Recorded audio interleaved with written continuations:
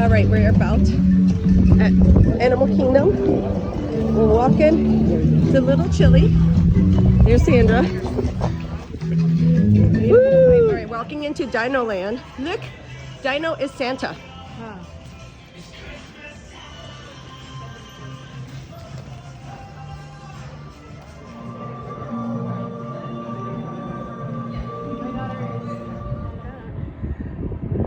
That's gorgeous. I just don't want to honk people.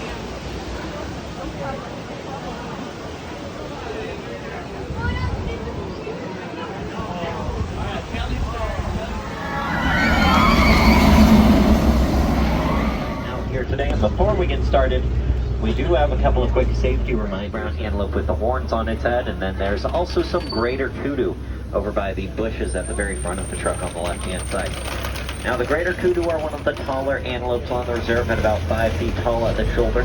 The bongos, they're very shy Nile hippopotamus out on land during the day. See, hippos have pretty sensitive skin. They can sunburn, so they usually spend their days like we see on the left-hand side, submerged underwater, really only come around on the banks there.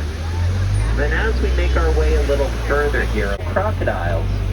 It's one of the largest crocodilian species in all of Africa. There it is. They can get anywhere from 16 to 18 feet long on average, can weigh anywhere from 300 to 500 pounds.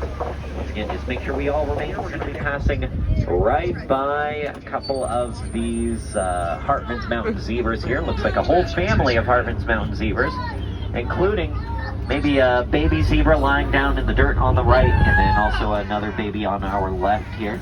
Now, the Hartman's Mountain zebras, their stripes tend to get a little thicker in the back. Helps them to blend in larger numbers, makes it a little harder to tell where one zebra ends and another begins. Their stripes are also one of a kind for each zebra, like a fingerprint, which is how the babies can identify their mothers out in the wild.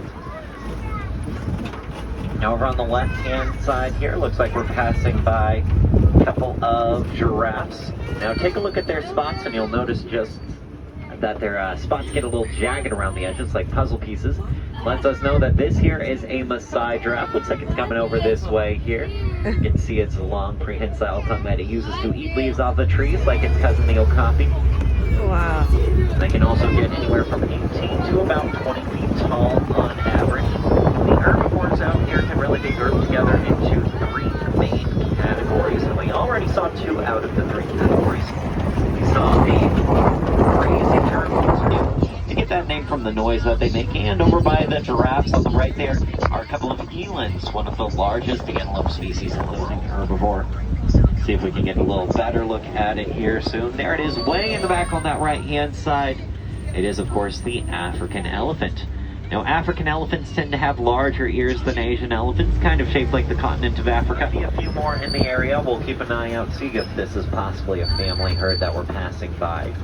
Now, unfortunately, the elephants, they do face a lot of threats in the wild, and one of the biggest threats that they face nowadays especially is the destruction of their natural habitats, which often pushes them closer and closer to human civilization.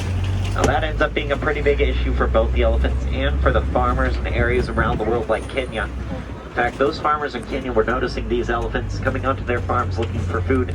They ended up trampling their crops and getting themselves hurt in the process, so looking for an answer that would help everybody.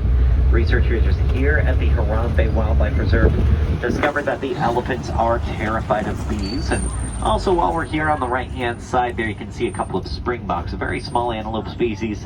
They get to be about 3, maybe 3.5 feet tall, but they're very fast. They can actually run up to 55 miles an hour. But yes, these elephants are terrified of bees. They have pretty sensitive skin and even more sensitive ears, so they definitely feel those bee stings. And as we know, an elephant never forgets, so whenever they hear the sound of bees, they know to stay away from that area. And it looks like this is a family herd over on the left-hand side. You can even see the newest member of the elephant family there. She's only a year old, so still hanging out right next to her mama there. Passing by this area, keep an eye on their island. You might just notice that their island's a familiar shape there, the inside lower dirt section at least.